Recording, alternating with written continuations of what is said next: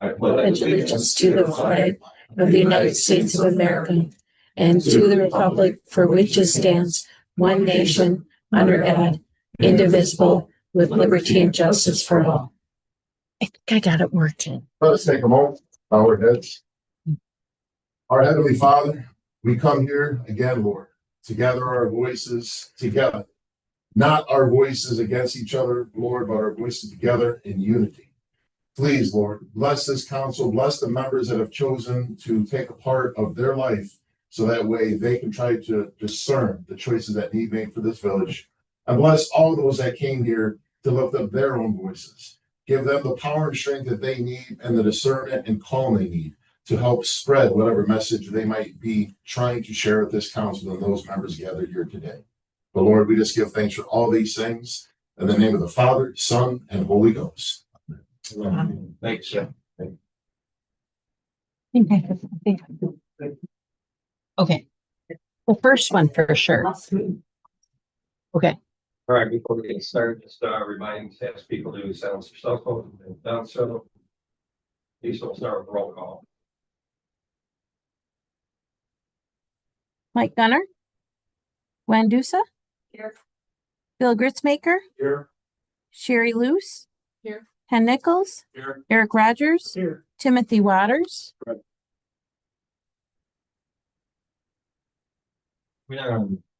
We do have minutes from April 13th, 2026. Need to approve those as presented or amended.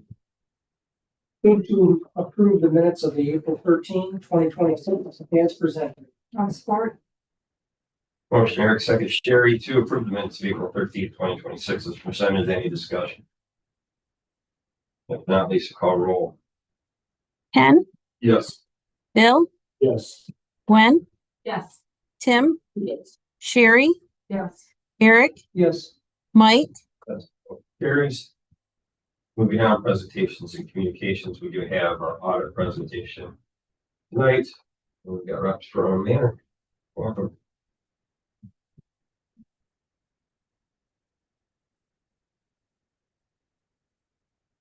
Evening, my name is Gabe Sang. I'm manager with Harrison. Here to present the results of the 2025 audit as of September 30, 2025. And before starting, I would just like to thank Danielle and the village staff for their assistance during the audit. We request and ask for a lot of documents, and especially with the vacancy in the treasurer position, we accepted up and we're able to help with the audit pretty seamless and good process. So thank you to them. In front of you today, there are a couple of documents for your review. The bound copy of the financial statements. So everything in my presentation will be based on the information contained in those financial statements. Also, there is the governance letter, which is our required communication with council. And that includes items like estimates and information like that. And also the management letter, which contains any findings, which I will get into in a little bit in the presentation.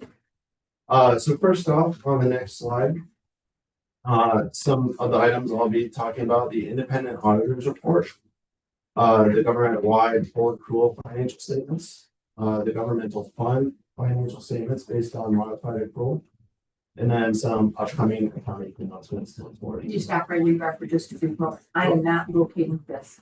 We're looking at this document. Okay, thank you.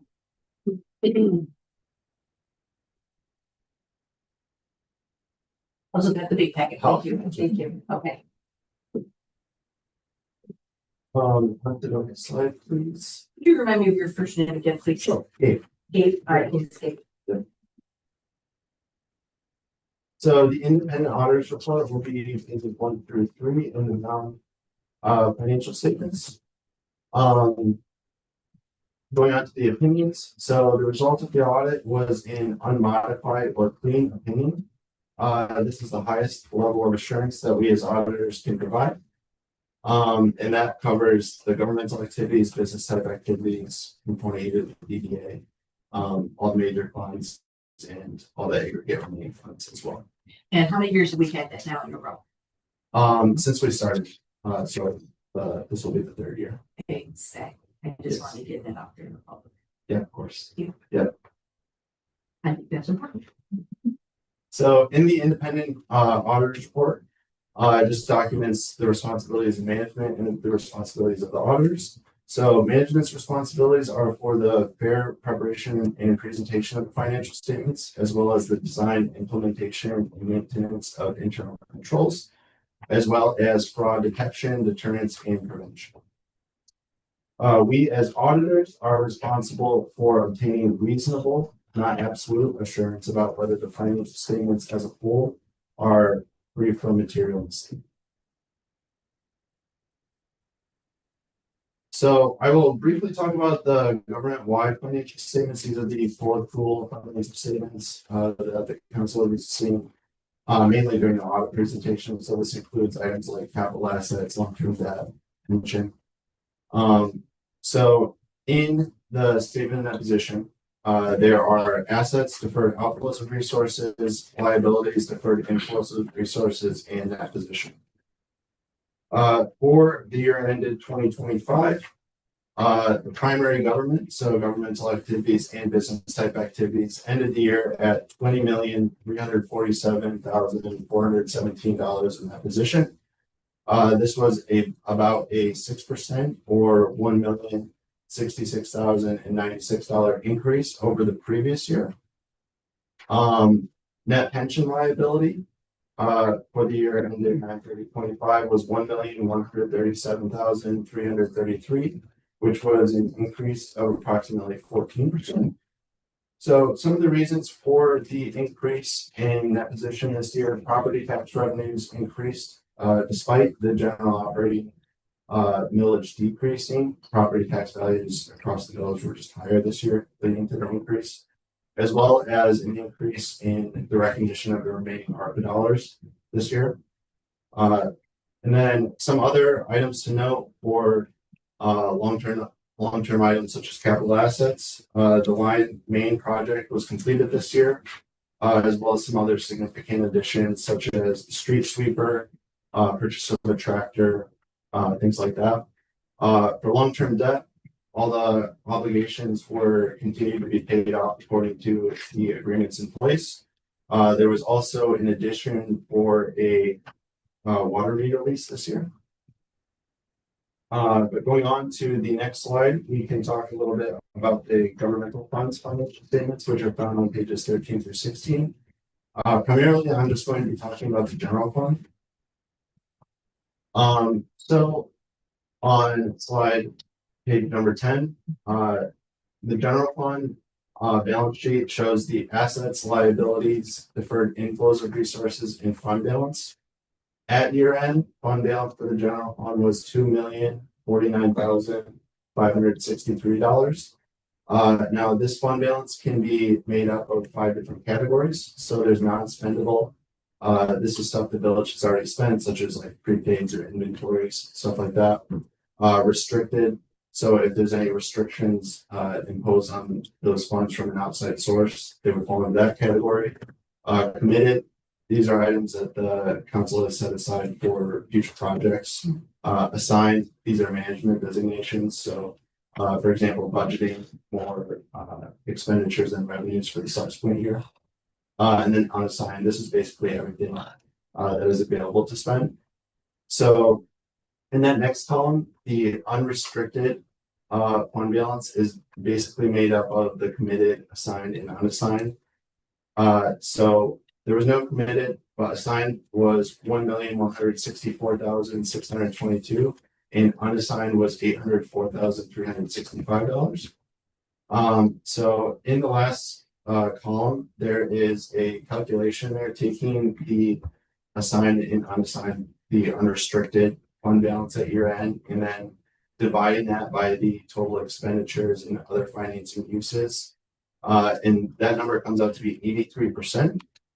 In other words, if the village stopped collecting any revenues, the village would be able to operate for approximately 10 months on the unrestricted net fund balance currently in place.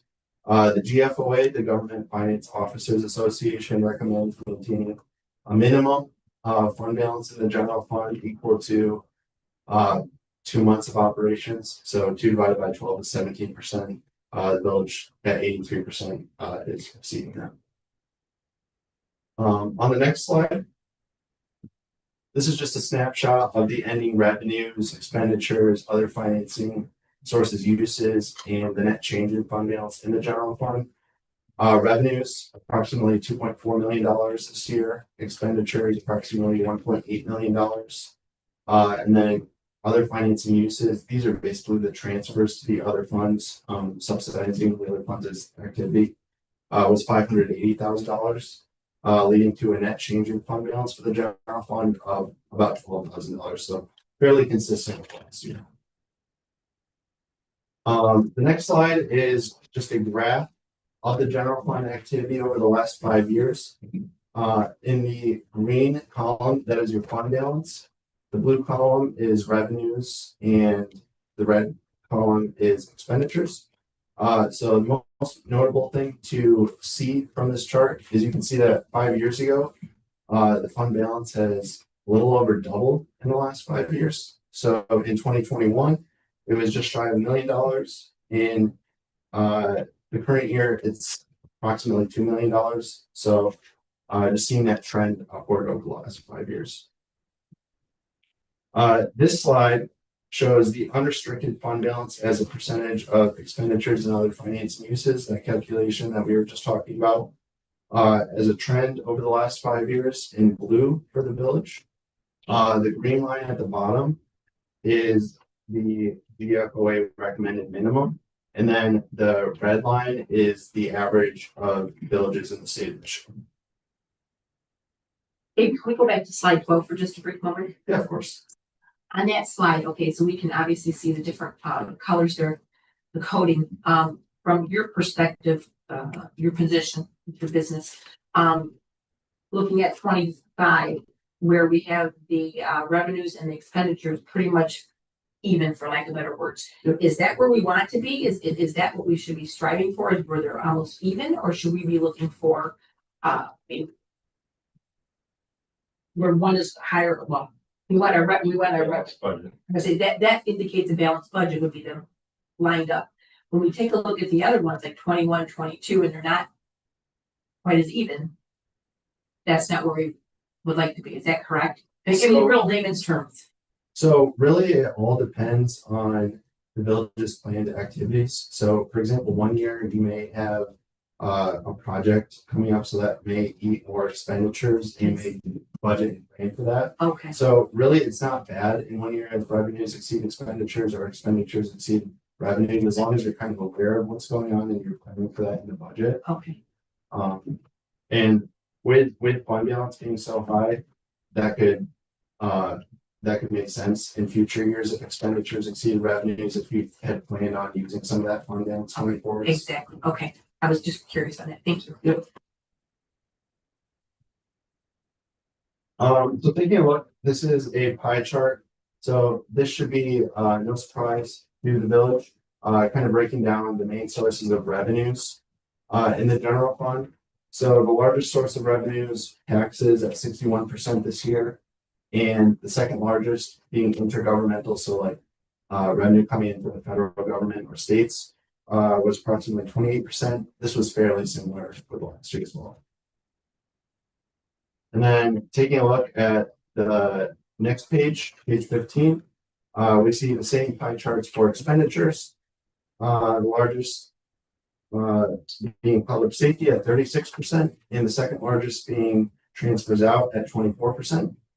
Which was also fairly consistent with the prior year. This graph over the last 5 years is showing the amount of pension funding. The blue line is the village, and the red line is the average of villages in the state of Michigan. So fairly in line with the average across the state for pension funding. So in the notes of the financial statements, note 12, we talk about any of the upcoming accounting pronouncements that would affect the financial statements going forward. So GASB 103 will be in effect for next fiscal year. GASB 104, disclosure of certain capital assets, and GASB 105, subsequent events. These really are all standards that shouldn't impact the village's day-to-day operations, and are more so on the financial statement side that we do as part of the audit. So really no impact on the day-to-day operations. So as I mentioned in the management letter, there was a finding this year for material journal entries. We had the same finding last year.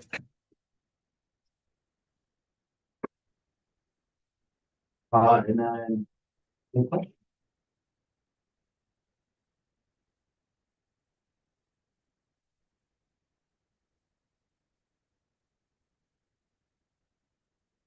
Questions for David? Yes.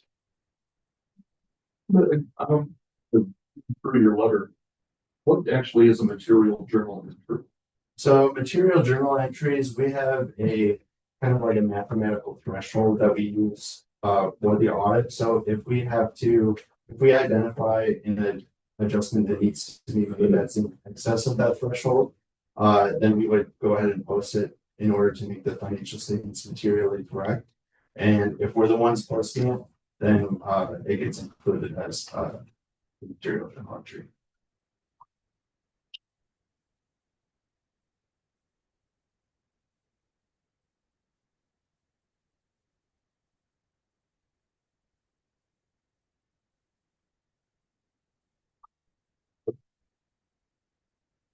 Pretty good time, sir. Thanks for working with staff. Of course.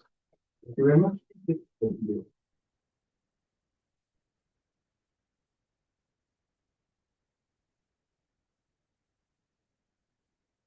All right, moving on, you have housing TIF discussion for Edwin Allen Homes. You have paper in front of us. Being out, turn it over to you. I'm actually going to turn it over to Alan Edwin to present. And I did provide, you guys should have a copy of, Mrs. Greg, I should introduce Greg. And you have somebody with, I don't know. That's okay. Okay. I have with this Christine Rader. She's our consultant on TIF housing TIF matters, and so in case there are very technical TIF related questions, I'm going to hand it over to her because she's much better at this than I am. So And Lisa will pull the presentation, but you guys should have got something that looks like this in front of the PowerPoint as well. But otherwise, I'll turn it over to Greg. Thank you. thank you, Dan. I appreciate it. Edwin, that's why I We get that. As Danielle said, my name is Greg Bird. I'm the program manager for workforce housing for Allen Edwin Homes. Next slide. I'll give you a little background about our company. We've been in business about 35 years now. We're based out of Portage, Michigan, but now building most of our building has occurred on the west side of the state, but we are now, because of the new housing TIF law, we are building all across the state now. In fact, we just got approved in the last couple of months for a project in Tecumseh. I'm working with the city of Adrian right now. So we are starting to build all around the community. Very excited about that. About 6 or 7 years ago, we started offering build to lease. So not in addition to build to sell, we also offer the option of building to lease. And that's become really popular in many communities throughout the state. Obviously, as I mentioned, and I'll talk a little bit about later, we are trying to do all our best to help alleviate the state's housing crisis. Next slide, please. About me, I won't go on too much. It's been 30 years working with state, local, and federal officials in food processing. So I'm very familiar with processes at the local, state, and national level. I've most recently been with the Michigan Economic Development Corporation, so I've worked with a lot of communities in that capacity as well. But I think most important for your knowledge is I grew up in the city of Adrian. So I'm a Lenawee County person. In fact, I had the opportunity to have an early dinner with my mom and dad in Adrian before I came here. So I don't mind if you call me back. Well, I should say my mom and dad won't mind if you call me back for additional meetings because they'd love to see me here. So I am, familiar, my grandparents lived in Toledo, so we would pass through Blissfield quite a bit, or we would meet them at the halfway house for a Sunday dinner. So really enjoyed driving around a little bit before the meeting to see the changes, because it has been some time since I've been to Blissfield. At Allen Edward Homes, thank you for our vision, as you can see here, is affordable market rate and ownership and lease for families across the state. Next slide. Just a little bit about, we're very proud that our homes are tremendously energy efficient. So that whether you're buying the home or leasing the home, you're paying a lot less in utility bills. So we're very proud of that. Also, so you know, we use all the trusted names you've probably heard of there over on the right side of the slide: Moen Faucets, GE Appliances, Sherwin-Williams Paint, Carrier HVAC systems. So we use very quality products there. And because we are the state's largest home builder, our purchasing power is such that we can offer all of these great brand names at a lower cost. So we're very proud of that as well. Now, as I mentioned a little bit before, in 2023, the state amended the traditional brownfield law, which was used traditionally in that, prior to then, as rehabilitating chemically poor sites, old battery factories, gas stations, things of that nature. In 2023, the state, in order to hopefully address the housing crisis, added housing to that brownfield law. So when we go and build houses, we're not talking about contaminated sites we're building on. We're just taking advantage of the state's new addition to the brownfield. And that's to address the missing middle housing gap. Missing middle is a term that the state uses at MISTA.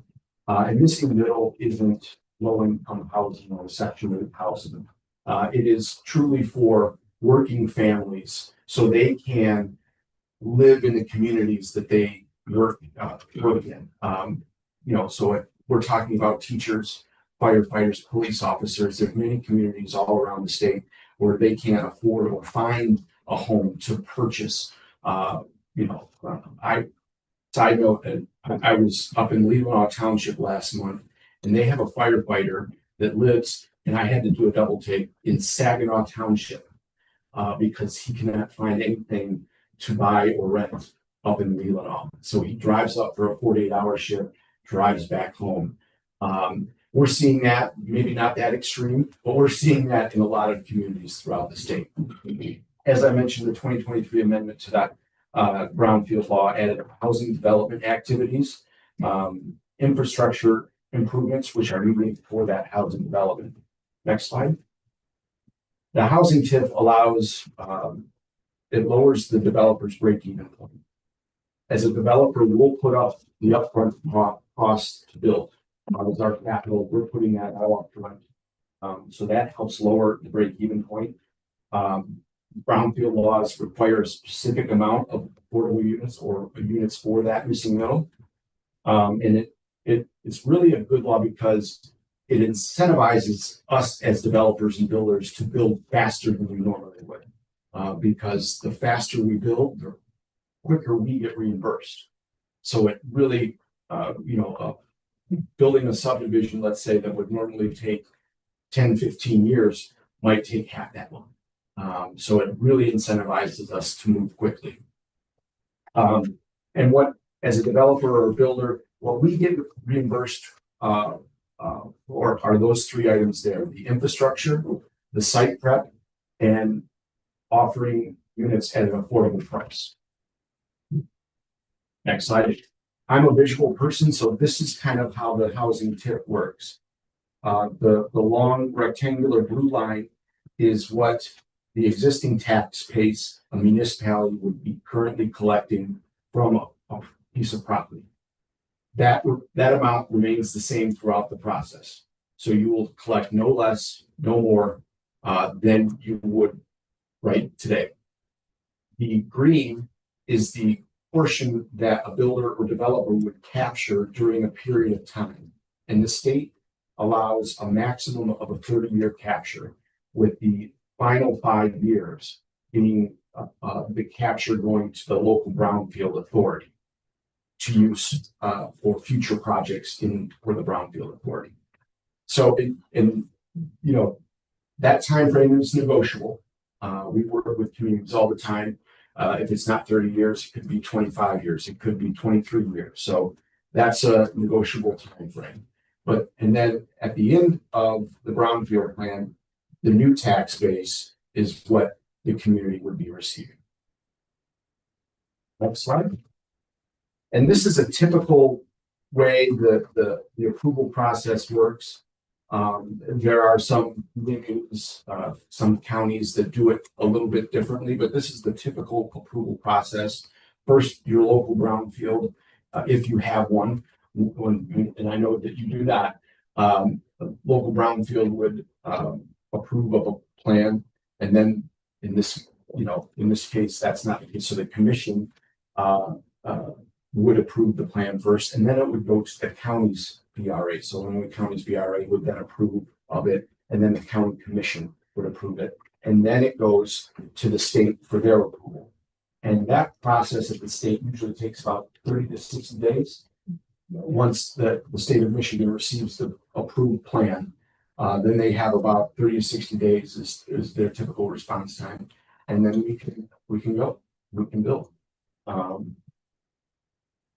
Next slide. This is just a map, and it's not fully updated, but a map of the current housing TIF projects that we're working on in the state of Michigan. I think we've got about 4 to 5 that are not on this map yet, so I need to work to update that. But there you can see the various stages where of the process that we're in those plans.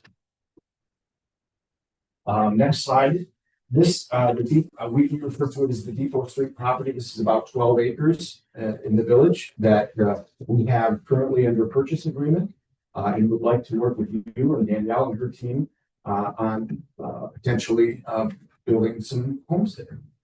We don't, obviously, we're very early in this process. We have had, Danielle and I have had a couple of conversations, and they've been at this level talking about our company, talking about how we use the housing TIF, and just, back and forth with questions and things like that. So, even though I'm from Lenawee County originally, I don't know the village like you guys know the village. So we want to work with you on a housing plan that works for you. Not only do we build single family homes, we do townhomes, duplexes, triplexes, quads. So if that's something that the village would want to talk about, we're open to all things. With that, last slide, I'm happy to entertain any questions, thoughts you might have. You've got my email address there in the event of tomorrow morning you wake up and have a coffee and think of a question. You're happy to give me a call. Danielle's always happy to send me a note as well. But in the meantime, I'm happy to take any questions. So Greg, are you saying we can decide what type of houses we want in there? Well, I think we would work with you to do that. We would get to a point where we would put a proposal together for the village. Obviously, if Danielle looked for, no, this is not what our community is looking for. Can you go back to the drawing board? We would certainly be willing to do that. Can we go back just a little bit further, Greg, for a moment? So here's the property, and you're saying you have purchased the property. We have it under purchase agreement, so we have the option to buy. So our typical process is to put a property, whether it's owned by a municipality or it's owned by a private owner, under a purchase agreement. So we can have, and we lay out in each purchase agreement a time frame to purchase the property, because we need the time to work with local communities in order to, if we are going to do a housing TIF, we need the time to do that. We also take time to do due diligence on the property. If there's environmental testing that needs to be done, that gives us that time to do that. All that with the purchase agreement. Yes. And so we can go there and look and see, well, it's going to cost in our mind X amount to grade the project and all of that stuff. So we have that period of time that we use to do all those things before we actually close on the property. So my guess and assumption is that you probably have an idea of what you'd like to do to that property. And what you might look at that the amount of space, what houses, the variety of home, I mean, like, yeah, how many, I mean, do you have an idea of that already, so that we have it, or, I mean, we have to start from a base of.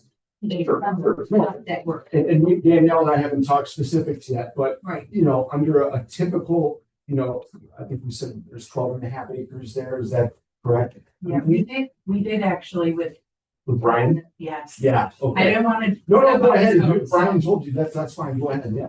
So there's a couple different divisions, departments, whatever Alan Edwin calls them. So we actually did have a site meet already with them.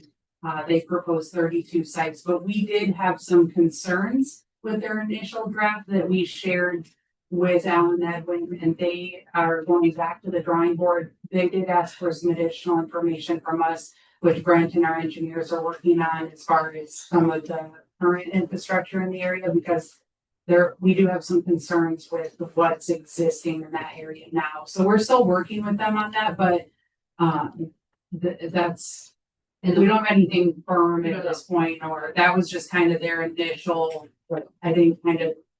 who is the we again, and Danielle, so you, for the site visit, who was part of that site? So, that was myself, Laura, Maddie, Todd.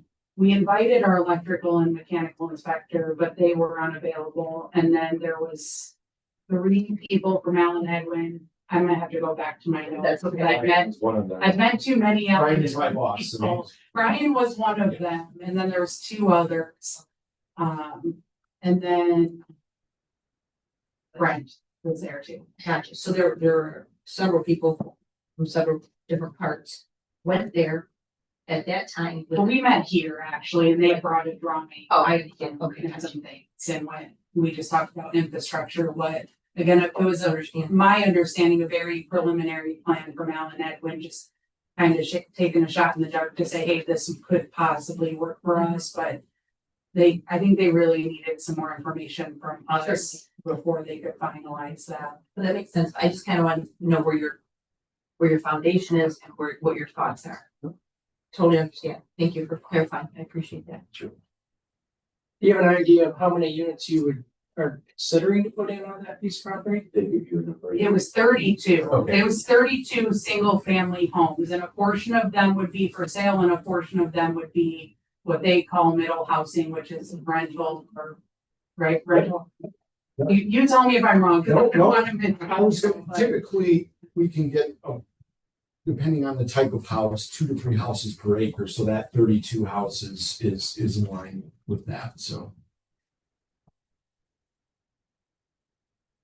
Square footage? this would probably were these the ones that are about 1900 square feet. It's similar to the homes they constructed over on Kingsbury Yeah, Court. That's what I was wondering. Are you guys part of that project? Yes. Okay. Yes. That's what I was wondering, if that was similar. Yeah, Alan Edwin built all of those new homes on Kingsbury Court.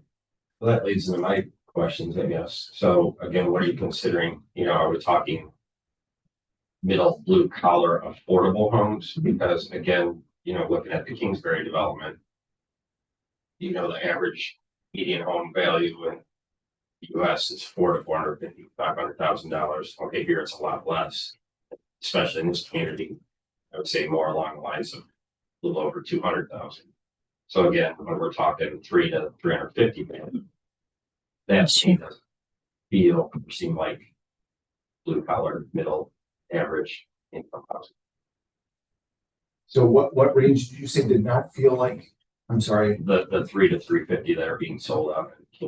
Okay. Are you looking similar type housing? Similar type housing, but the missing middle units would be for rent. Those rental numbers are set by MSHA, and the law allows 80 to 120% of the area median income, and that's county based. So Lenawee County's AMI at a certain percentage, and that's another flexible part about this tools. It can go from 80 to 120% of the area median income. I think I looked earlier today, maybe Christine could have a 4-bedroom for rent would be $2,900 a month. That is at 120 AMI.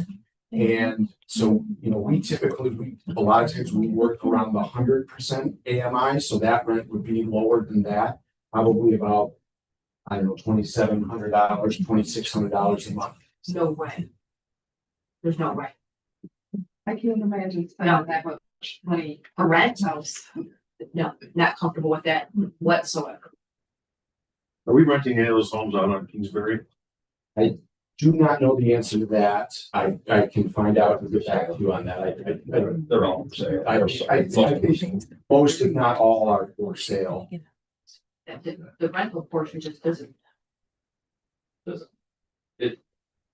Unfortunate, it's not feasible to what the community afford.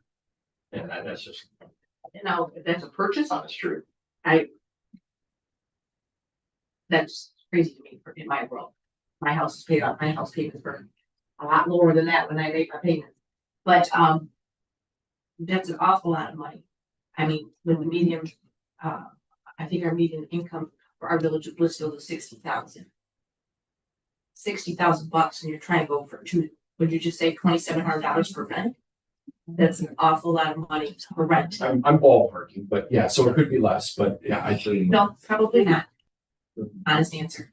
That's So what happens if you build the homes and then you find that you've overshot and the 2,900 is not feasible? And the homes, the expected purchase price is not where you were targeting, and so you have to lower it. How do you adjust? Do you just lower everything? How do you adjust? How do you deal with that? If it were, and Christine can tell me if I'm wrong, if those homes were part of the housing tip, we can't just lower them. We would have to come back to the authorities that I mentioned above and get approval to then go lower. If it's a market rate for sale, yes, we can just lower because we would own those, right? And so we could then go back and lower the price, but we have pretty good market data that we have for the state. And we typically are pretty good about being able to set both, the for sale market rate and the working with the Michigan numbers, the rental rate as well. on your map that you have on the one slide here. I can see that it looks like there's a pattern of the homes over there on the west side of the state, which is much more affluent than our village of Blissfield. And so perhaps that's where the data, which numbers that you're throwing out, maybe that's the norm over to that side of the state. We all know that's a different area, different population, etc. Well, the numbers that we get is, as I've said, were set by the state of Michigan by MISTA for based on county area median income. So that's where those are set that way. That's intended so we as a builder developer don't go over the area median income. So that's to prevent us from in Tecumseh for your rentals in Tecumseh. I have the Maybe give us the data from Mishta here, just so that you know, for Lenawee, and this is exactly what Tecumseh, the project was approved there. So the rents are by bedrooms, so you've got studio apartment kind of things, and all the way up to 5 bedrooms. Most of Allen Edwin projects are 3 and 4 bedroom in these types of communities, because we're looking to bring in workforce housing, families, kids for the schools, that type of thing. The 4 bedroom rental limit is, we understand your reaction, it's $2,934. the sticker shock. Yeah, understood. And then it goes down from there, obviously. Yes, per month. A studio is $1,773 for a studio in Lenawee County. That would be the rental limit that a developer could capture or could charge. What was that number again, please? For a studio, $1,773. That's just the rent. That's not utilities included or anything like that. The utilities are a part of this, so it's all baked in. We take utility limits, we take the utility numbers from the region and bake it in. Mishta does. So So those are actually included into that. in that cap. how much for your monthly none Okay. for that workforce That takes a little family. bit. But also if you look at like the income, as Greg was mentioning, between 80 and 120% of the average median income, you have a 4-person household at 100% of your average median income here in Lenawee County is $84,300 a year for a 4-person household. And that's a lot of what you're renting to right now, or for across the Say state. the number once again, Christina, please. $84,300 is the 100%, which is the average of what a 4-person household is making in Lenawee County. That's all of Lenawee County. Yes, it's county level data that What you're Michigan saying, gives us. yes. They don't get as granular into villages That's okay. and cities. I'm with you. But generally, the Allen Edward projects range from the income levels from the 80% to the 120%. So we target those for their developments to allow them for all the math to work. So for a 4-person household at 80%, they're making their limit is $67,440. So that's 80%. That's 20% below the average. So that would be the income limit that these people could make in order to be eligible to rent these homes from Allen Edward's subsidiary, right? But just I can email you this link tomorrow so that you can get it right from Michigan's website. And you can look at it, but all of these projects across the state are based on these numbers that they collected. It's HUD backed, it's a lot of information they collect over a year, and they update it annually. So. Yeah, we do this all over the state, and your response isn't uncommon. We have a lot of people that say, oh, my son and his daughter or my daughter-in-law are living with us and they couldn't afford, that can be, but these are the limits, and actually this is that missing middle. These are the people that are working a few years, can't find anything that's affordable to live in the communities they work in or near the communities they work in. And are driving, people have RVs in their driveway. I mean, you've heard it, right? So this program is something that, as Greg mentioned, his company is really made a commitment to the state. They're going to bring on 1,500 workforce housing units in a very quick fashion to help address this, tens of thousands of homes and apartments that we are short here in Michigan. And this isn't just a Michigan issue, this is a national issue. So I think Michigan has had this tool they've been able to use. They brought in the Brownfield TIF program to allow it to be used for this housing. So it's something that's already baked in at the state level in our law to allow communities to work with developers like Allen Edward to bring some housing. And I think the other great thing, and I'll just give them a plug, is that they are very responsive to what the communities need. I've worked with a lot of developers over my time, and they're very responsive to what the communities are looking for to bring. So it's you're working with some stand-up negotiators, or build managers, sorry. So Well, I certainly want to be optimistic about it because I'm up for any development, really. There's a select few that don't want to see any changes, of course, but we need to develop and continue to grow to flourish.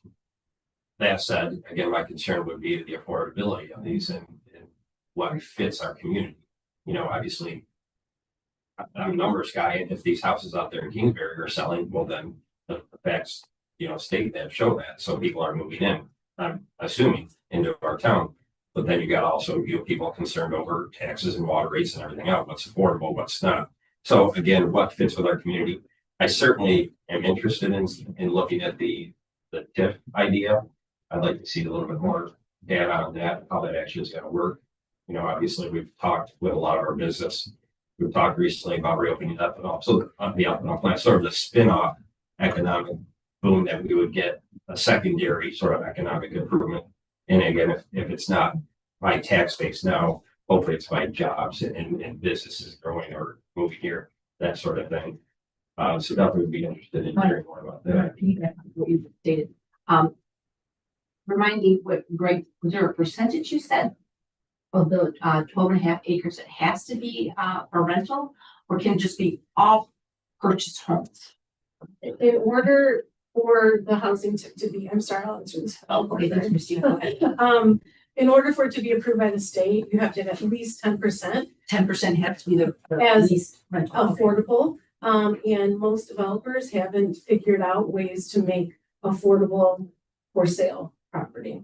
It's generally rental property that they can rent out at these numbers, and be able to use this program. So it's generally rental and it's generally about 10% of the development. So it's not, yeah, it's not the whole development, it's not even half the development. Right, and we've done developments, excuse me, and we've done developments that are 20% of workforce housing, but different in every community. Exactly. And so we, as I think Christine mentioned, we try to work with the community. We don't just want to, I mean, obviously we couldn't if we were getting a housing tip, just come in and build right away, but you know, we like to work because what works best for you is going to work best for us in the long run. So it behooves us to work. But the 10% would be the minimum amount. That's correct. And if So 36 homes, for example, maybe 4 of them would be rental. Sorry to interrupt, but that's the math that we generate. We put together these tables for Allen Edwin homes, so we do all the spreadsheets and all the math, and that's generally how we, and then after we have meetings like this and with your, the city staff, we generally go back and work with Allen Edwin and determine some communities want more, some communities want less, so we try to use it kind of scale it to what you guys are looking for here. And the idea of the infrastructure, if that makes sense, the village can't afford to put in the infrastructure that we'd want for new development. So I guess it makes sense for the private developer to do that. But again, we know what infrastructure costs have increased to these days. So if that's a way that is hopefully going to be a fair way for you guys to make your money, but also give us what we need as a community, I think it makes sense to look further. But it's definitely an interesting idea. You mentioned the property or some possible development over in Tecumseh. Is that out of Brownfield? Yes, that was approved by Tecumseh. Yeah. Like 3 months ago. Okay. Is that a TIF? That Yes. must be a TIF thing. That's as well. correct. How many units in that? That was before my time being there. That was probably about 40. I think it's 46. Yeah. Yeah, I talked to the city manager over there, Brett Coker, about this and just picked his brain a little bit. So I think don't quote me, I want to say it's 46. I actually went and drove over there. There's already some houses out there in process of doing some others. And I want to say it was 17 workforce or rentals of the 46. Again, don't quote me 100%. It's off of Brown Street. Do you know where the Masonic Temple is? Or I think it's called the Ashlar now. Off of Mill Pond, you drive back past the Masonic, there's a church across the street. It's back in there, and Mill Pond kind of sits back there. It's been that there's a couple houses that were built and it's just kind of sat there. Tecumseh has their own brownfield, so it's a little bit different than our process because we would have to work with the county, go through the county brownfield. But Brett over at Tecumseh spoke very highly of this whole process and what it's doing for their community. Spoke highly of Allen Edwin. They're doing this. That's who's doing it there, and so I think would be if you guys have some questions, I can definitely reach out to and talk to them, or he may even be willing to, like, if you guys wanted to reach out, I can ask him too. But he was super helpful. But tonight, I think just to get us kind of on the same page, was an opportunity for them to kind of come introduce this idea or concept to you guys to see if there's an interest. If you guys have an interest, this is really high level presentation to you guys, and then we would work more closely if we're interested in looking at this further as far as like what the timeline is, what kind of housing, and really start getting into the nitty gritty details of the development. This was just are we interested as a community? Because if we're not, we want to be respectful of these there as well. I'm absolutely interested. I guess my question, not to drag it out, but you would do the infrastructure and the development, but say, do we have the infrastructure to feed that, you know, Cherry Street obviously needs curb and gutter. Do we have water lines? Do we have sewer lines, et cetera, that would service that many or that large of a development? Or would we, as a village, have to come up with some sort of plan in order to say we got to rebuild?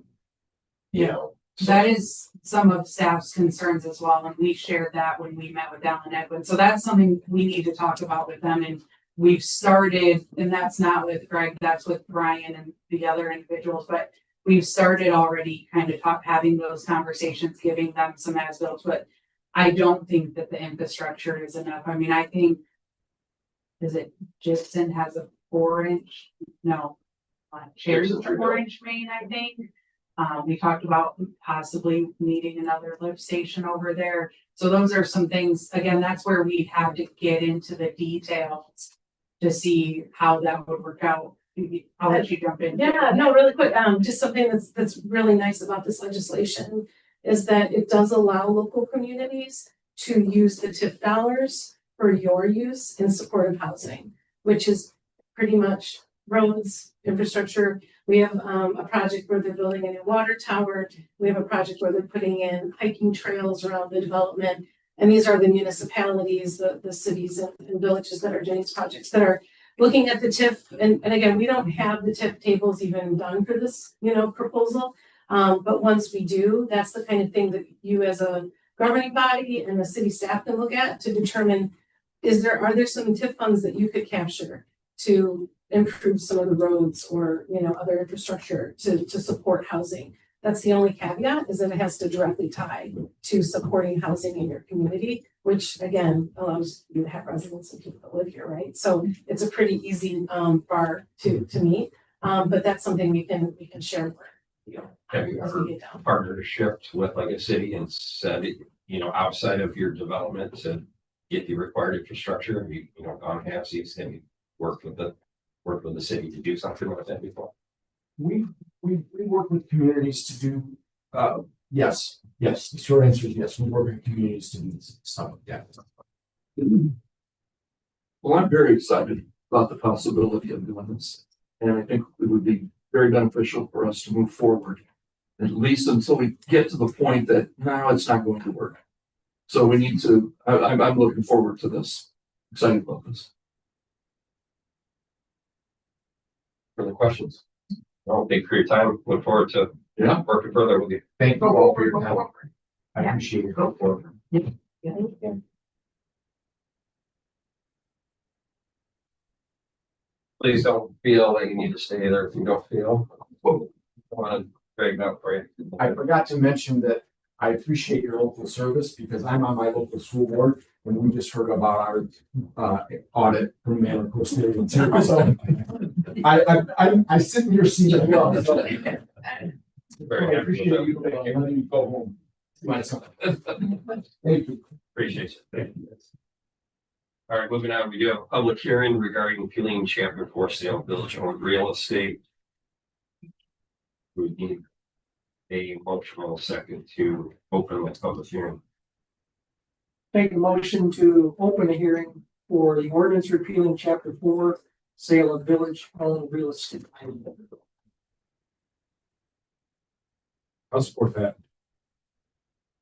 I have a motion, Eric, and a second, Bill, to open the public hearing regarding the ordinance repealing chapter 4 sale of village owned real estate.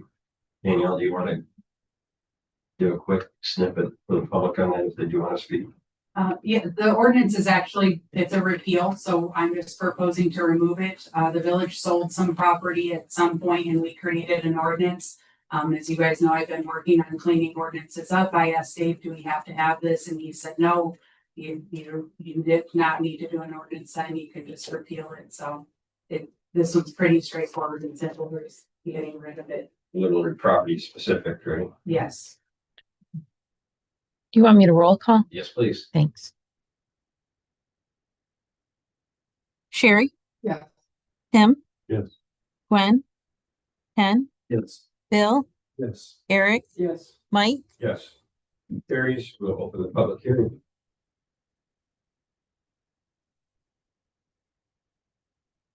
Nobody cares to speak. I'll entertain a motion to close the public hearing. Make motion to close the public hearing on the ordinance repealing chapter 4, sale of village owned real estate. Support. Motion Eric, second Bill, to close the public hearing for the ordinance repealing chapter 4, sale of village owned real estate. Please call roll.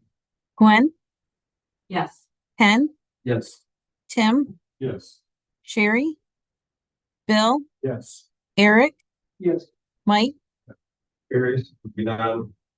We need to approve tonight's agenda. We have a request from Danielle that we do add a line item under new business for an amendment to the bank signing designees with the new treasurer, as well as a request from member Dusa that we do adjourn into closed session at the end of regular discussion to talk about any litigation.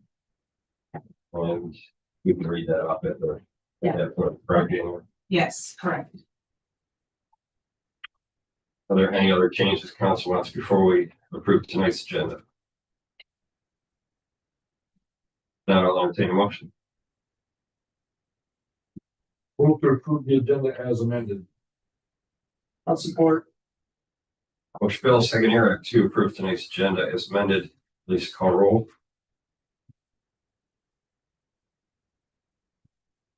Tim, Yes. Ken, Yes. Sherry, Yes. Gwen, Yes. Eric, Yes. Bill, Yes. Mike, Carries. Moving on, first round public comment. When cares to address council, we just ask that you approach the podium, state your name for the record.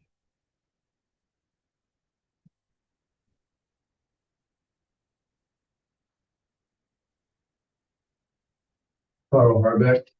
Question, what is a housing TIF? I know the DDA TIF and all that, but what is a housing TIF and where does the money get skimmed from? That's what it's about. Dan, you have any better answer? I'm assuming that money goes back to the developer and the increase of tax. It's the housing, and TIF stands for tax increment Fine. financing. So essentially it's similar to the DDA TIF. That property today is valued at, I don't know what it's valued at, but let's say $250,000. $250,000, and the village collects taxes based off that valuation. And then somebody comes in and they develop, so Alan Edwin comes in, they develop that site and they build the homes. And let's say that after they develop that, it goes from 250,000 valuation to 2 million valuation. The tax increment financing, the difference from the 250 to the 2 million, they would collect to reimburse themselves for the infrastructure costs and for building the development for a period of time. Once that period of time ends, the property is still valued at 2 million or whatever the valuation is, then the village would collect all of that, those taxes after it ends. So it's just a way for the developer to recoup some of their investment into the subdivision for development. Further to that, they talk about building on brownfields and being from Wyandotte. I know all about brownfields. In fact, our waterfront there is one big brownfield. I won't go into all that, but we now have a golf course on it, just surface built, nothing deep like basements. So they talked about building on brownfields. So what type of I mean, how serious is the brownfield that they're able to build upon now? Because I'm not familiar with what kind of brownfields they're dealing with now. So the brownfield TIF is actually, this was started under the state of Michigan for sites that were maybe had some hazard mitigation or some remediation that was required. And the state of Michigan, so housing used to not qualify under brownfield at all. It would be for like an industrial site that's been sitting vacant and needs some remediation. And then the state of Michigan in 23 recognized that the entire state was having issues with housing shortages. So they amended the brownfield to allow for housing as a way to try to incentivize developers to come in. So that portion is brand new. So when they're talking about a housing TIF in Blissfield, they're not actually, it would be separate. It's under the brownfield rules and regulations, but it's not necessarily a site that they're having to remediate or that is, I think he was just trying to explain kind of how it came about, or what the initial intent was. My concern is how safe is it to build houses that the area used to be contaminated? How cleaned up is it? Or how bad is it? Is it really safe to build a house on that brownfield? You know, there's all levels of brownfields, I understand. But, you know, if I was gonna buy a house and I found out that it was built on past brownfield area, first I'd ask, The property they're talking about isn't even a brownfield, though. I mean, it's been farm land. okay. So It's under brownfield ruling. ruling, Yeah. okay, but But it's it's not a not, brownfield, so it doesn't mean the property itself is a brownfield, okay. but it's falls under the brownfield rules where the house could be now built on a brownfield if it meets certain criteria. But this, But our site is not a brownfield site, That, okay. just brownfield rules. That clears it up. Okay, thanks. I saw the article about the recycling, and I had a feeling it's gonna happen. I checked on it regularly, and it's very successful, and that's part of the problem. It was very successful. I wish the county would have had a bigger bin or picked it up more than twice a week. But then you got the other problem with the people trying to jam more stuff in than they should and blowing all over the neighborhood Or and don't. leave stuff in there and all that. You know, that's the other problem that we dealt with, and it's like, it's a twofold problem. It's like, we can maybe solve it by getting a bigger bin and maybe having that small bin dumped 3 times a week rather than just twice. other But- communities, Carl, are doing the same thing, just meaning this, they had the same issues. Okay. And so they are, Hudson, as an example, is going, went through the same experience that we did, that, things were not used properly. And because of that, they are no longer going to be part of the recycling program either. Because the article said that we in Blissfield could now go to Onstead or Hudson, who's gonna drive it out there? You know, no offense. So, but I have other places. Plus, the garbage tanks are going up. I'm wondering if maybe the garbage people want us all to get those plastic bins. If that's the end result. And I will tell you, because I called them to ask them prices and stuff, and I asked them why such a large increase, because we were gonna have residents come and say, why are our tickets increasing by, what, $20? And I'm sure the girl that was talking to me slipped when she said this. Well, we'd rather have them buy or get the containers. I'm like, oh, so you're forcing people to get them? And she goes, well. And that makes sense, because if they wanted, when he was here talking, he said that they have increased prices. Okay, I get that. So if they had increased prices, then prices for everybody across the board should increase, not just those who use bag tags. Right. Because I was told that the rate we have now, 280, they're not making money off that. They have to raise it so they can at least break even. That's what I was told. But again, I don't mind paying extra because I only put out now maybe a bag every 2 weeks because I recycle. I have other places I can take that too. Not everybody in town has that. I do though. So, you know, but I was just wondering if that's what they want, then, you know, maybe I'll look into that. But I think it's 25 a month, isn't it, for the bin? It's 75 a quarter, so it's. All right. So at some point, I wouldn't mind, because pretty much everybody else has the big bin. But, okay. And then one more fast thing, to get through this quickly. We're now looking into the DDA spending 5,000 for a media influencer, which is fine with me. But I think part of the problem of getting people to come here over the past 20 years, I've heard complaints from people why they don't come back to Blissfield. And I'll share some of those things with you just to give you some comments I've had for the past 20 years. My favorite stores aren't there. There's not stores that I want to go to. You go to Blissfield and so many of the stores aren't even open. And they're not talking about Mondays. They're talking about the rest of the time. So many stores aren't even open. And then they also say, but Blissfield seems to be somewhat run down. They see some of the blight we've had. And like 415 East Adrian Street, that's just one, and I thank you again for getting that cleaned up. We can do it. We can clean this town up, but we have other problems, like the brush pickup again. January, February, March, we only had pickup once a month and Tuesday, which is fine. But then I noticed in March, after it got picked up, people were putting brush out the very next day. And then by the 4th, it's all over town.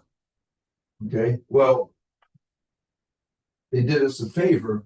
I talked to Maddie and I said, did you pick up brush today? Yeah. I said, well, why? I'm not supposed to pick it up on the 4th. We have ordinance rules. And she said, well, because of the storms or whatever. And, and I said, okay, but they weren't supposed to put it out the 4th at all. I went home and came back. And, by the way, was that up here shortly, Carl? Okay, yeah, sorry. Yeah, okay. But in closing, I was told they did us a favor, but it was not in the newsletter, so the town didn't know that they were going to pick it up, and that's the problem. We had a lot of problems with brush being out early, and bottom line is the ordinances we have need to be enforced. And so often they're not. There's a sign at Gibson 223, sign in public right away. There's a house over on Wilbur. It's got threads over 12 inches. It's an ongoing problem at Wilbur Street House. Anyway, we need the ordinances enforced to clean up our town. And I think it'll help to people come here and the business is going to be open. So anyway. Thanks, Carl. Okay. Okay. Thanks.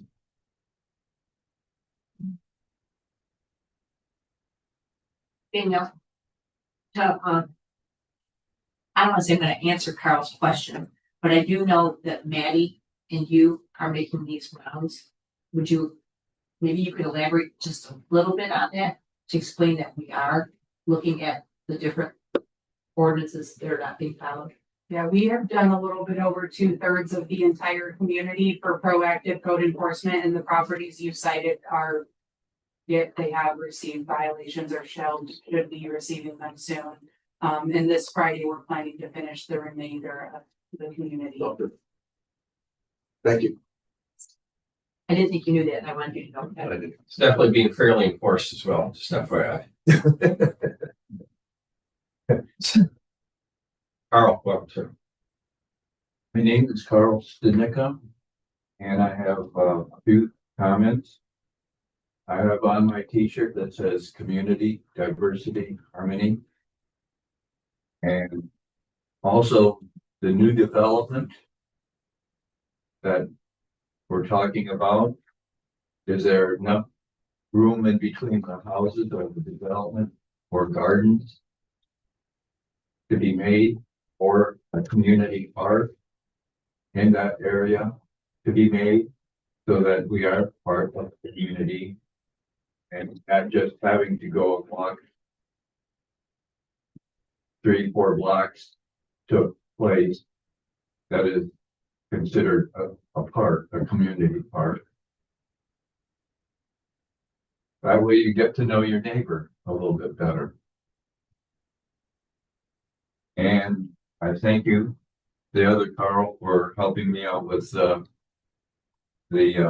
tips and Blissfield explanation. Thank you very much. Thanks, Carl. Anything further? All right, we will move on. Then we'll get a second round at the end of the meeting. Unfinished business supplement above number 1. We've got discussion again allowing wells within the village limits or irrigation billing. Danielle. Yes, I didn't want to change this too much because it's kind of following the request that you guys had last month from the Westbrook Condo Association. So I did let them know after the last meeting that no motion was made and that no changes would be made at this time moving forward. And they had asked if the village council would be willing to consider seasonal only billing for irrigation meters. They were specifically talking about themselves or their situation within the village. I told them I would put it on the agenda. I would just caution council that what we do for one, we should be willing to do for all. We talked about this a little bit with the wells, that if I wouldn't recommend making exceptions or waivers for one type of use. But if this is something you guys would want, it too would require an ordinance amendment. So that's what's coming before you guys. We do have, I don't know how many irrigation only meters within the community, but we do have a couple other businesses that have irrigation meters. And then we do have some of our residents, some are connected right to their meter, so they wouldn't be able to separate it. But some of them do have individual meters just for irrigation. How does the seasonal metering affect not just that place, but people who go to Florida? For the winter? I mean, if we do it for one, we do it for all, right? And we were talking about this in the past about not allowing those people going to Florida. Get that? We've talked about that. We did, but we also, you know, this is more of a committee kind of meeting, I think, larger discussion, but we talked about, you know, whether you got to hold the meters or you're charged or it's ready to serve, you know, already added in there. But now with these new meter systems we have, where we can shut them off in the house. So again, is that something that would be more viable, more easy to do and less costly? We're not sending DPW out to turn them on, turn them off, et cetera. So again, Not all is of there them large, have that. right, but is there, It's a small portion. but that would again save us time and money down the line. So again, is that something that we could look at as a village to say, well, if you have an irrigation system, that's pretty easy to do. Again, we don't want to lose money on that, but if it's getting in the computer and accessing that and turn that meter off, that's pretty quick and easy and painless thing to do. So it's probably again not for discussion here at this time, but No, I think that's a good question, but sort of piggyback off that, if we have the capability of turning off the meter, does that mean that the water has to be shut off as well? I would recommend, because well, specifically talking about irrigation. Right. So the shut off is separate from the meter. It's like a valve that goes in front of it. That could fail. And with irrigation, they're going to want to winterize them and blow them out and make sure that their lines aren't going to freeze. So even if we had an auto shut off on an irrigation, I can't imagine that they wouldn't also shut it off at the road. But that's something that they themselves would do. That isn't going to require DPW to come in and do We that, would correct? shut it off at the road, yes. We do not allow any resident to, because from the curb stop, we have some responsibility if that gets broken. So if we worked out something to permit this, there would probably need to be a charge to turn off the water, to turn the water back on, even if it's not being metered through the non-irrigation months, correct? Yes, and we do have a water turn off fee already. We do not typically, when it's irrigation, to shut them off. We don't typically assess it because then they continue paying the base fee and it's just a service that we provided, but we do already have that fee established. So you're asking if it would make sense whether to do that or to just leave it on because it's what a $90 trip charge. Well, it's probably, yeah, I don't, well, with the base fee and the turning the water off and on and charging them that would probably still be less. If they incurred that cost, they would still be spending less money. Probably.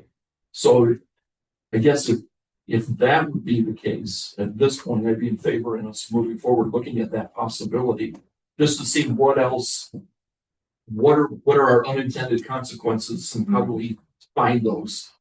But I certainly don't want to put the village at a disadvantage when that's a choice that they themselves have made in order to live where they live. But if it doesn't put us at a great disadvantage and they're willing to incur costs for us to accommodate some of that, then okay, I guess I don't have a problem looking at that either.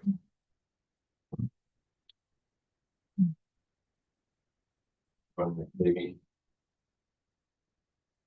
Certainly don't want to sit here and hash it all. Yeah, I don't. Would this be an amendment or an additional ordinance? Is that what we're looking at? It would have to be an ordinance amendment. Because we don't, right now, we don't have any allowance under the ordinance, you pay the base fee and So that's something I would have to look at, which I'm willing to do. I don't want to say I'm not opposed or I'm not really either way. One of the perspectives that I look at though, and one of the maybe concerns I have is that water and sewer are enterprise funds. So we know what our operating expenses and we know what our capital expenses down the road. We've projected that out at least 6 years. I know for a fact we've actually gone further than that. So because they're enterprise, they have to be self-supporting through fees. So anytime that we look at making a decision that reduces our revenue, it has to be made up somewhere. So that's when we're talking about those things, that's the thing that starts going through my head is what's the lost revenue and how are we going to make that up? And the only way to make that up is to do a fee adjustment across the board. So we would all have to pay. All of the residents would have to pay for that issue. I don't think there needs to be any discussion. I simply think we either vote on it and say no. Or yes, if you choose. Yeah, and it could be minimal with this specific situation. But then it Then I think like depends on what are kind of the unintended consequences or what additional requests, because at some point this may be minimal, but it's going to grow where it's then all of us paying. But I would like to at least have some of the discussion. I mean, if it were strictly down to everyone else has to pay more so that they can pay less for their water, but it may not be. That's what she's telling you. Not necessarily. They could just shut the irrigation system off and then you're still up and like, you're never gonna know. You're never gonna know. Project the future. Because they're you right. We're trying to figure that if that's strictly that, I guess I would like to know what the cost difference would be. What would we lose? Do you have a rough idea of how many irrigation meters we have out there? I don't. I can 20. I mean, I'm not asking for a specific number. I can think of 7 off the top of my head, but I think we have more than that. I can try to pull a report on utility billing and see if that's something. I don't know if that's necessary. I just was curious if you happen to know. Yeah, I don't know. Just from memory. I'll make a motion to allow seasonal only billing of irrigation meters within the village of Blissfield. I'll support that.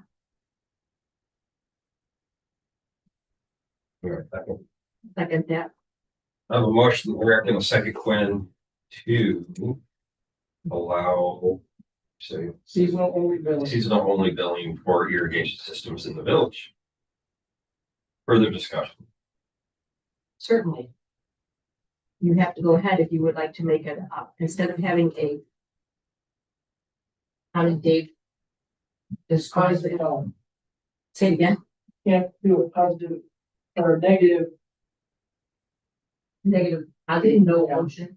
So your motions always have to be in the positive, and then you would vote yes or no. Yes. So this is in the positive? Correct. So you're saying it would be allowed. Exactly. I feel. Yeah, but then the motion maker still has to vote yes on those. Motion maker does not have to vote yes. No, it doesn't. No, they do not have to. I don't have to say yes either. You don't, because you said that's the way that we've always ran Robert's rules. Is the motion maker.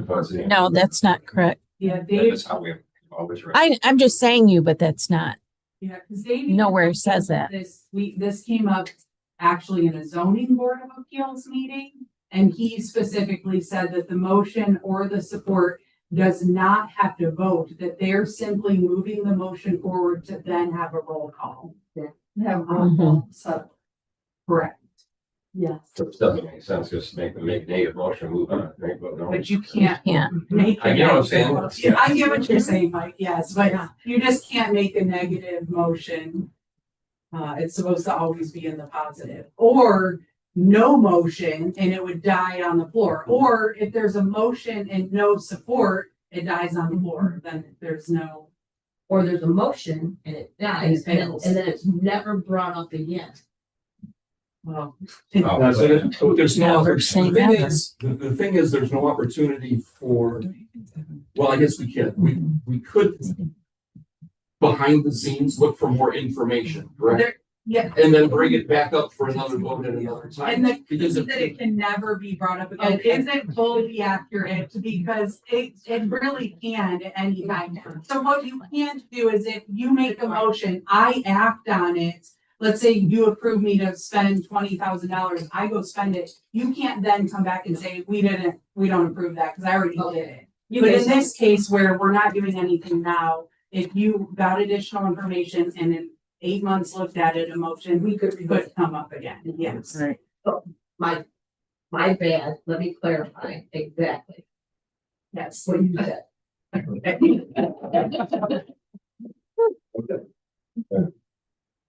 So we got a motion, Eric, and a second, Gwen.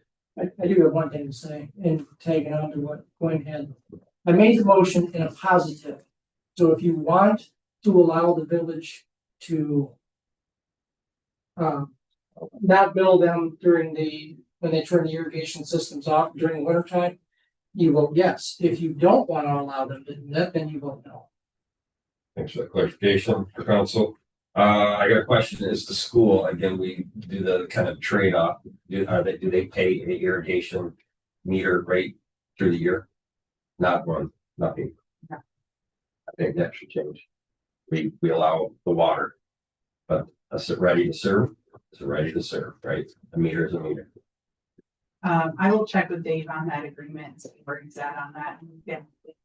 Scott Riley actually reached out today, so that's something we can work out through that agreement process in the subcommittee. The verbiage is for water, not for a meter. Sorry, not changing it off, but nothing further, Lisa, call roll.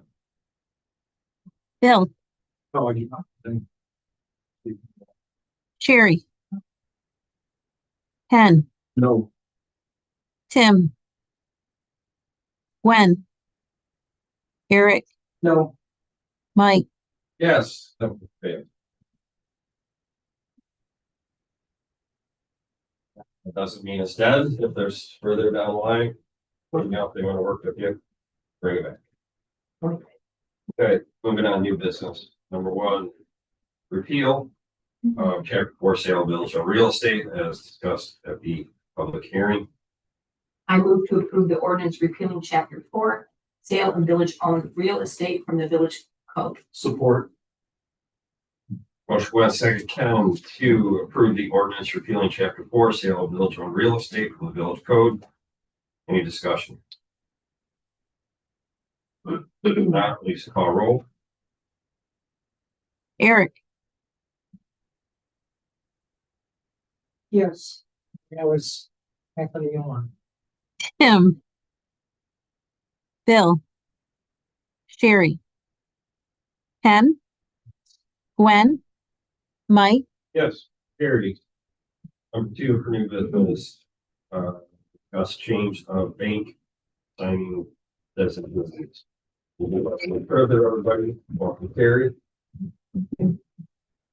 So we would be adding her onto that as a designate. Yes, I would like, if you guys are willing, to have a motion to add Carrie Ritchie to the Blissfield State Bank and TLC bank accounts held by the Village of Blissfield and remove Nora Keeper, who was on our accounts in the interim. You don't have to say in the interim, but just remove Nora Keeper. Have that? There's. Okay. Yeah, I don't know, but got it all. What was the credit union? You said there was a credit. TLC. Community Credit Union, Blissfield State Bank. I make a motion to change the bank signage for Blissfield State Bank and TLC Credit Union, removing Nora Kiefer and adding Carrie Ritchie to the signage. I'll support. Motion Sherry, second Eric, to change the bank signing designee for Blissfield State Bank, TLC Community Credit Union, removing Nora Kiefer and adding Sherry Ritchie. Carrie. Carrie Ritchie. Sorry. Carrie, Jerry. Yes, sorry. Thank All right, any discussion? All right, if not, we call roll. Tim, Yes. Ken, Yes. Bill, Yes. Gwen, Yes. Eric, Yes. Sherry, Yes. Mike, Yes. Carries. For that. And welcome, Karen. Good. that's right. They called me Laura for the first quite a few months, so. Any questions on the DDA Main Street report? No, Parks and Rec? That could be a comment about Parks and Rec. It's my understanding, from Danielle, you can certainly chime in, that Taylor Gooden is doing a fantabulous job. I know Eric spoke to me about her work out at the soccer field 3 Saturdays ago. She was in place and everything did be working smoothly. Danielle, would you like to elaborate of Taylor's work, Steve? No, she really is doing great. We really appreciate having her on board and things seem to be running smoothly. She was on vacation this last week, so she was not there Saturday, but ensured that she had coverage and we had a couple volunteers step up and help, which we're grateful for. But she has, I think, most all of the refs ready for the season and she's jumping into our next event, so. She had the agenda in a timely fashion ready to go, which had been a bit of an issue in the past. And she also had the minutes prepped and ready to go, following through, very nicely done, very organized. Obviously, we appreciate that. That's all I got. Thank you. Mhm. Discussion on water treatment plant report. Nope. Still working over that valve. We meet with engineers and blah, blah, blah. Yeah, no, I Thanks, Dawn. continue to work on that. Alrighty. Keep on engineer. Thank you. Moving on, council discussion, Sherry. Anyone? Nothing today. Tim? Nope. Eric? Nope. Gwen? No. Bill? Nothing. The only thing I got are, again, e-bikes. We talked about it before, but again, I followed one come here tonight. And it's not trying to be a jerk or whatever, but I mean, it's a certain thing by any means that police aren't doing their job or et cetera. But again, we need to get the information out there that mainly the kids, they need to know the rules, blowing the stop signs. These things are going 15, 20, up to 20 miles an hour. And it may not be the kid, it may be the other driver in an intersection. So again, the rules need to be followed. We need to advertise that more. We need to get that information out there that this is a sign of the technology of the times. But again, they need to follow the rules of the road. I don't want to see somebody there. That's something that can be added to our website. I don't see why not. Facebook posts, etc. So, yeah, I would like Chief to maybe address this because he had an opportunity to look at this a little bit more and I think can speak to this because I think there might be a misunderstanding. I want to make sure we all have good information, so we can give him a minute, you guys don't mind.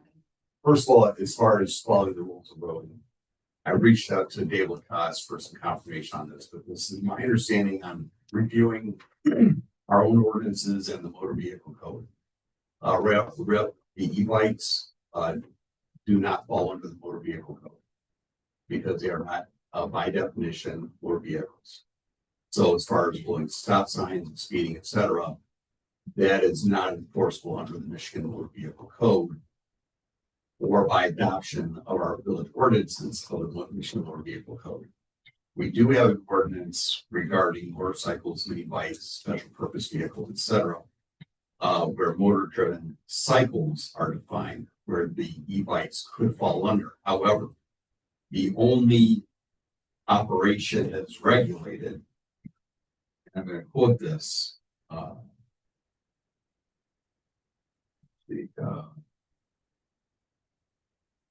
Shall be operated on any public property or right of way in such a manner as to endanger the lives or property of the rider, passenger, or other persons in the village. So it's a bit of a high bar. It's a higher bar than saying going to a stop sign or driving on the sidewalk, which is actually prohibited by our ordinances. They can't ride these things, and we do have that in the ordinances. But as far as following the rules of the road, Mike, right now I don't have an enforcement mechanism to enforce an e-bike going through a stop sign. Okay. I might, I want to confirm that with Dave, but so far I'm not seeing anything that I would be able to enforce. Until they reach that point where they're endangering themselves or somebody else. And it's vague language. What you decide is endangering themselves, a parent certainly is not charitable. Sure. And then the only enforcement action I have, especially with someone who does not have a license under the age of 16 or 15, is to impound the bike. So we all know how that's going to work out the first time I go and impound some kid's e-bike. We're going to be very, very unpopular very, very quickly. So it's not something that we want to go out there and say, well, you're driving recklessly or dangerously, so we're just going to take your bike. I don't think that's the type of community policing we want to engage in. Again, I want to go over this with Dave a little bit to make sure I'm not missing something. But if there's nothing else, then my thought, and again, I want to talk to Dave about this, is that we develop an ordinance that would apply to e-bikes that would require them to follow the rules of the road. Stop signs, don't speed. This chapter 54 does require them to have operating lights and a horn on the vehicle. And they have to wear a helmet too. So those things can be enforced right now. But as far as speeding or going through stop signs, I don't have an enforcement mechanism at this time. What I see. Probably because it's new technology and the law hasn't caught up with it yet. That's the common theme. That's what we always run into. The law hasn't caught up with technology. And We're those seeing that with are- AI right now, with social media. You know, we've been struggling for 15, 20 years with social media now. And we're finally catching up with cyberbullying and all those sorts of things. So that's just another example where it takes a while for the legislation to catch up with the technology. And again, you know, I like it, lazy as heck, I'd ride one all day long. I had to, you know, it's easier to pedal. But again, I don't want somebody to get hurt. I just want, you know, whether they're allowed on the sidewalks, whether they're not, whether the helmet, you know, what is their speed, what, you know, all those kind of ideas. Unfortunately, right now in under chapter 54, it's even if I see a kid riding without a helmet, there's no mechanism where I can write them a ticket. The enforcement mechanism is on the bike and then charge the parent $100 to come in and show them proof of ownership, and then on top of that, pay storage and towing fees. So, yep. So they require a helmet? Our ordinance requires you to wear it, yes. But to enforce that, it's not a ticket. The only enforcement mechanism is for me to impound the bike. Yeah, you can't just give them a ticket right now. No, it's either. If they're violating the ordinance, my only enforcement action is to take the bike. I'll read them. Like I said, that makes sure people are all happy, so. Yeah. Okay. Thanks for that information, I appreciate that. All right, moving on, second round, public comment. Anybody cares to address council or anything? Yes, sir, Carl. The Oh, ordinance starts here. That's my comment. All right, other Carl, thanks, Carl. Nothing very, very fast. I brought this up last fall. Power back. I brought this up last year with Danielle for the old pool building bathrooms. They closed it up, so I'll bring it up now. We need locks on those doors. Big Boy Restaurant in Tecumseh had signs on the door. We've installed locks on the door for your safety and your privacy. Those bathrooms need locks on the doors, key on the outside, anything on the inside. When you go in there, I don't know if you ever gone in there. I have. Anybody can open that door when you're sitting there and everybody can see everything.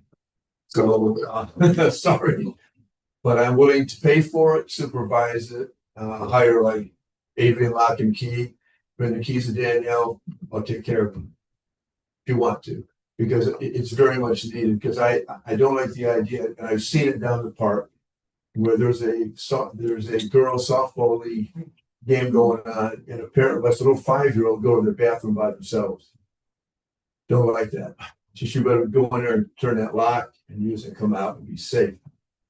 So, anyway, Thank you for that offer. We'll let Danielle follow up with DPW on that.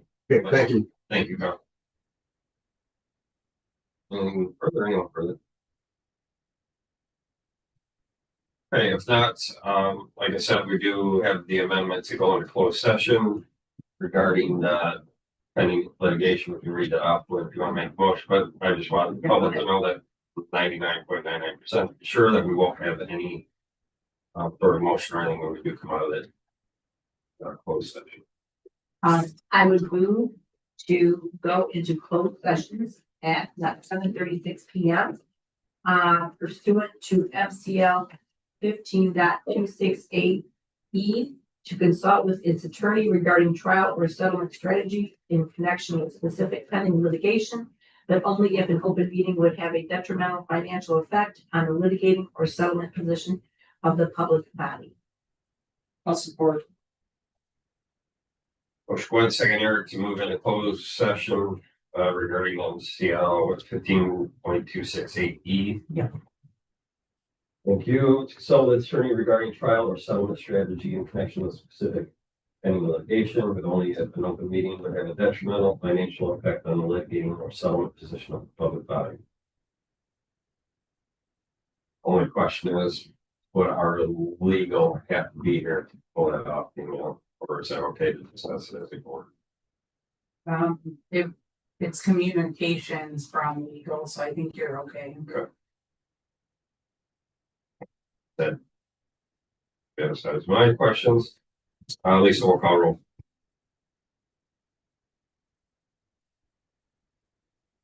Bill, Yes. Tim, Ken, Yes. Jerry, Yes. Eric, Yes. Gwen, Yes. Mike, Yes. Carried. Close up. Thank you, everybody.